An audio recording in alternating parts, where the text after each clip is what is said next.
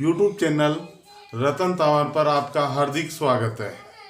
मैं आपको ये बताना चाहता हूँ कि 11वीं साइंस के जो विद्यार्थी हैं उनके लिए YouTube पर ये जो चैनल स्टार्ट किया गया है, वो बच्चे सबसे पहले YouTube चैनल रतन तंवर को सब्सक्राइब करें और सब्सक्राइब के नीचे जो बेल आइकन का चिन्ह है ना, घंटे का, उसको दबा दें, जिससे कि जो भी नए वीडियो हैं वो बने वो आप तक है वो पहुँचे जाएं। तो मेरी सभी विद्यार्थियों से ये अनुरोध है कि सब्सक्राइबर का जो बटन है वो दबा दें और उसके पास में जो बेल आइकन घंटे का निशान है उसको भी दबा दें, जिससे कि आपको जो वीडियो है वो तुरंत है वो पहुँचे जाए। अब हम बात करते हैं, हम बायोलॉजी में पढ़ रहे थे कोशिका के बारे में। किसके बारे में पढ़ रहे थे? कोशिका के बारे में है वो पढ़ रहे थे। कोशिका में आज हम पढ़ेंगे सेल थ्योरी, कोशिका सिद्धांत। किसके बारे में पढ़ेंगे? सेल थ्योरी, कोशिका सिद्धांत। हमने पिछले वीडियो में पढ़ा था कि कोशिका क्या होती है। कोशिका शरीर की संरचनात्मक एवं क्रियात्मक इकाई होती है। हमारा जो शरीर है वो छोटी छोटी कोशिकाओं से मिलकर बना होता है। जैसे मान लीजिए एक मकान है, वो ईंटों से और सीमेंट से और बजरी से मिलकर बनता है। उसी प्रकार हमारा जो शरीर है वो छोटी छोटी इकाइयों से मिलकर बनता है, जिसे सेल या क्या कहते हैं? कोशिका कहते हैं। अब इसके बाद में हम पढ़ते हैं सेल थ्योरी, कोशिका सिद्धांत क्या होता है। कोशिका सिद्धांत के बारे में हम अध्ययन है वो करेंगे। कोशिका सिद्धांत के बारे में हम अध्ययन करने से पहले जो पहले वाला जो वीडियो था फर्स्ट, वो हमें देखना आवश्यक है, क्योंकि उसी की सहायता से हम समझ पाएंगे कि कोशिका क्या होती है। कोशिका क्या होती है उसके बारे में हमें वो समझ पाएंगे। अब हम वो कोशिका सिद्धांत के बारे में जानते हैं कि कोशिका सिद्धांत क्या है। देखो, सर्वप्रथम जर्मन वनस्पतिज्ञ यानी वनस्पति विज्ञानी था मिथियास स्लाइडेन 1838 में विभिन्न पादपों पर अपने प्रयोग कर रहा था। और एक जर्मन जंतु वैज्ञानिक था थियोडोरी स्वान 1839। ये दोनों वैज्ञानिक हैं, एक था वनस्पति विज्ञान, दूसरा था जंतु वैज्ञानिक। और दोनों वैज्ञानिक हैं वो जंतु और वनस्पतियों पर विभिन्न प्रयोग है वो कर रहे थे। और ये दोनों वैज्ञानिक एक ही निष्कर्ष पर पहुंचे। एक निष्कर्ष पर क्या पहुंचे? ये निष्कर्ष पर पहुंचे कि जंतुओं के में जो उत्तक होते हैं वो विभिन्न कोशिकाओं से मिलकर बने होते हैं। यानी कहने का मतलब है उत्तक का निर्माण। उत्तक का निर्माण किसके द्वारा होता है? विभिन्न कोशिकाओं के द्वारा होता है। यानी उत्तक है वो विभिन्न कोशिकाएं मिलकर क्या बनाती हैं? उत्तक का निर्माण है वो करती हैं। और इन्होंने बताया कि पादप व जंतु दोनों कोशिकाओं का आंतरिक संगठन है वो लगभग समानता प्रदर्शित करता है। यानी जो वनस्पति और जंतु हैं उनका आंतरिक संगठन है वो लगभग समानता है वो प्रदर्शित करने का कार्य करता है। दोनों वैज्ञानिक ने सामूहिक निष्कर्ष पर पहुंचे कि पादपों तथा जंतुओं के शरीर कोशिकाओं तथा उनके उत्पादों से मिलकर बने होते हैं, और इसे ही कहा गया कोशिका सिद्धांत है वो कहा गया। अब देखो दोबारा देखते हैं हम। जर्मन वैज्ञानिक था वनस्पतिज्ञ मिथियास स्लाइडेन 1838 में पादपों पर अपने प्रयोग के। जर्मन जंतु वैज्ञानिक था थियोडोरी स्वान 1839, इसने विभिन्न जंतुओं पर अपने प्रयोग किए और दोनों एक ही निष्कर्ष पर पहुंचे कि जो पादप और जंतु हैं इनका जो शरीर होता है ये कोशिकाओं से मिलकर बना होता है। कोशिकाओं से मिलकर बना होता है, यानी विभिन्न उत्तकों का निर्माण है वो किसके द्वारा होता है? कोशिकाओं के द्वारा होता है। ये बताया था मिथियास स्लाइडेन और थियोडोरी स्वान नामक वैज्ञानिक ने ये बताया था। यानी कहने का मतलब सिंपल सा इतना ही है कि पादपों तथा जंतुओं का शरीर कोशिकाओं तथा उनके उत्पादों से मिलकर बना होता है, और इसे ही हम बोलते हैं सेल थ्योरी या कोशिका सिद्धांत है वो कहा जाता है। क्या नाम है इसका? कोशिका सिद्धांत या सेल थ्योरी। अब इसके बाद में हम आगे बात करते हैं रुडोल्फ विर्चोव। रुडोल्फ विर्चोव, रुडोल्फ विर्चोव नामक एक वैज्ञानिक था। रुडोल्फ विर्चोव ने 1955 में बताया, रुडोल्फ विर्चोव ने क्या बताया कि नवीन जो कोशिकाएं हैं उनका निर्माण अपनी पूर्व कोशिकाओं के विभाजन से होता है। इसने बताया कि नवीन जो कोशिकाएं हैं उनका निर्माण पूर्व कोशिकाओं से होता है। उनसे होता है पूर्व कोशिकाओं से किसका निर्माण होता है? नवीन कोशिकाओं का निर्माण होता है। बाद में कोशिका सिद्धांत को नेगली और रुडोल्फ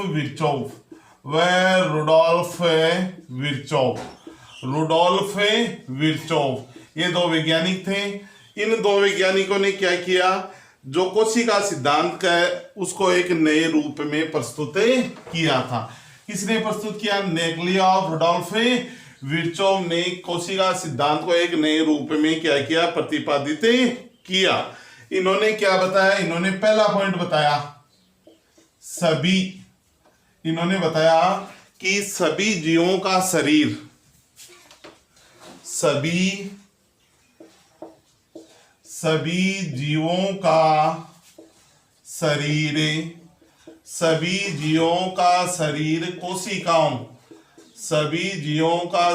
कोशिकाओं व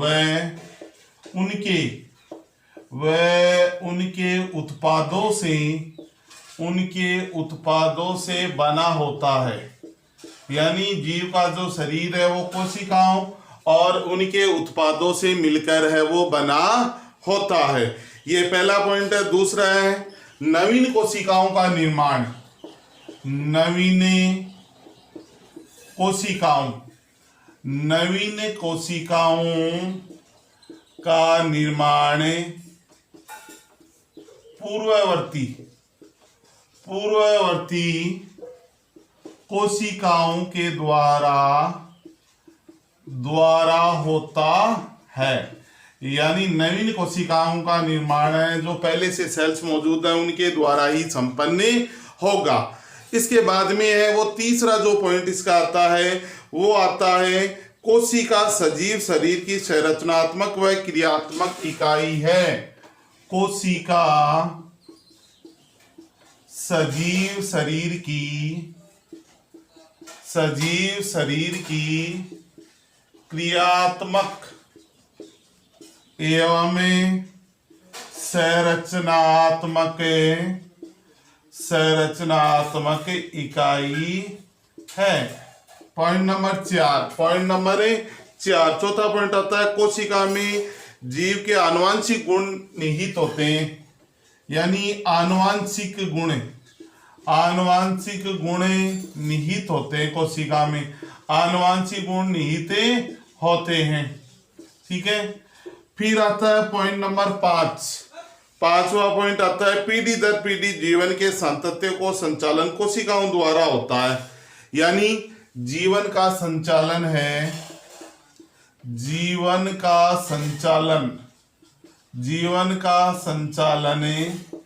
कोशिकाओं द्वारा होता है। ये 5 बिंदु थे जो रुडोल्फ विर्चोव और दूसरा जो वैज्ञानिक था जो नेगली, उसने कोशिका सिद्धांत को इस नए रूप में क्या किया था? प्रतिपादित है वो किया था। जो 1855 में और 1846 में नेगली और किसने? रुडोल्फ विर्चोव ने प्रतिपादित है वो किया था। अब देखो इस सिद्धांत की 5 बातें क्या है। ये जो 5 सिद्धांत है वो किसने दिए थे? रुडोल्फ विर्चोव और नेगली ने। पहला पॉइंट देखो, सभी जीवों का शरीर कोशिकाओं व उनके उत्पादों से मिलकर बना होता है। यानी जीवों का जो शरीर है कोशिकाओं और उनके उत्पादों से मिलकर बना होता है। दूसरा है नवीन कोशिकाओं का निर्माण पूर्ववर्ती कोशिकाओं के द्वारा होता है। तीसरा आता है कोशिका सजीव शरीर की क्रियात्मक एवं संरचनात्मक इकाई है। चौथा आता है आनुवांशिक गुण निहित होते हैं कोशिका में।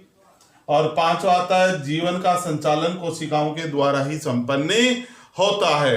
यानी जीवन का संचालन किसके द्वारा होता है? कोशिकाओं के द्वारा ही संपन्न होता है। ये 5 बिंदु है वो सेल थ्योरी के हैं, वो रुडोल्फ विर्चोव और नेगली ने बताए थे। यह है हमारा सेल थ्योरी का पॉइंट। अब इसके बाद में हम आगे बात करते हैं वायरस या विषाणु जिसे हम कहते हैं, वो सेल थ्योरी के अपवाद हैं। वायरस को क्या कहा जाता है? सेल थ्योरी के अपवाद है वो कहा जाता है। क्यों है? क्योंकि सिद्धांत से इनको नहीं समझाया जा सकता। क्यों नहीं समझाया जा सकता? इसके रीजन क्या है वो हम पढ़ेंगे। विषाणु कोशिका सिद्धांत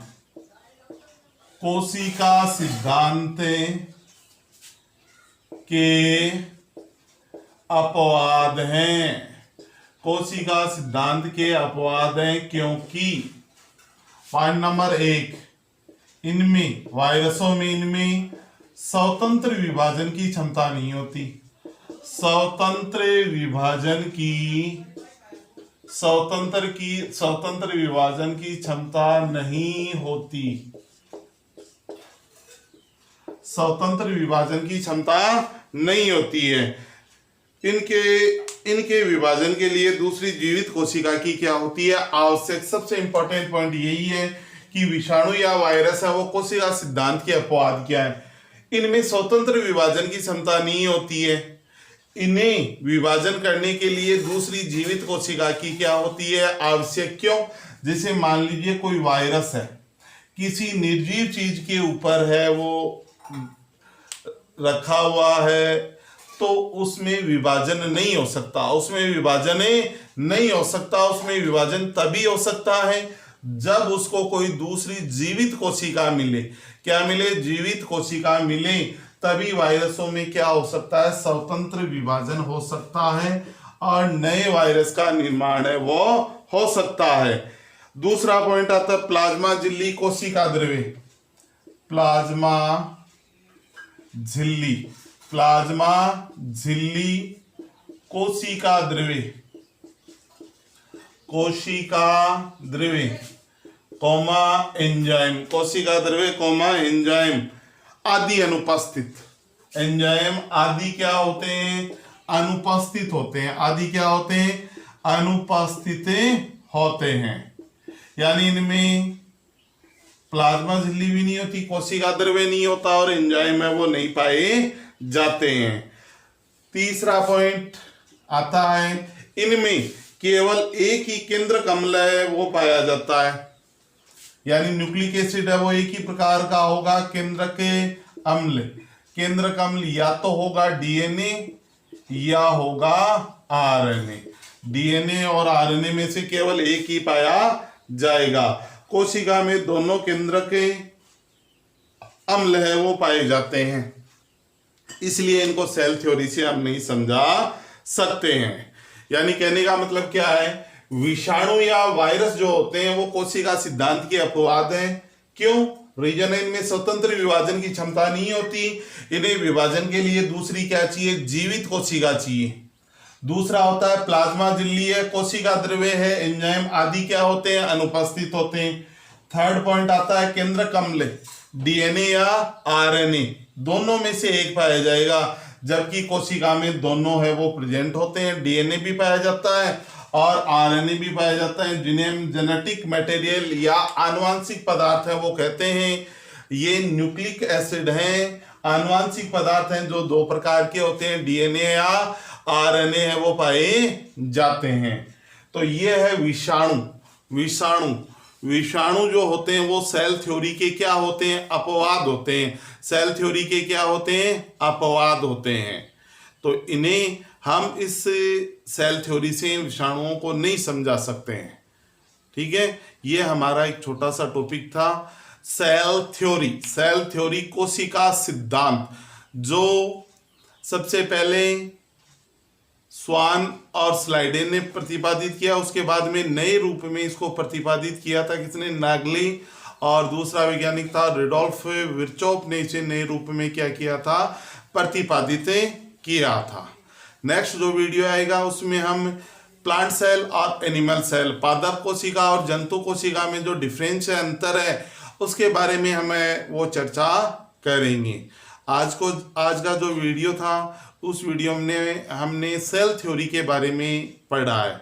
मैं दोबारा से स्टूडेंट को ये कहना चाहता हूँ कि यूट्यूब चैनल रतन तंवर को लाइक, शेयर और कमेंट, और विशेष रूप से जो नीचे सब्सक्राइब का बटन है और वो दबा दें, और सब्सक्राइबर के पास में जो बेल आइकन घंटे का निशान है उसको निश्चित रूप से दबा दें, जिससे कि आपको जो नए वीडियो हैं वो आपको तुरंत प्राप्त हो जाएं।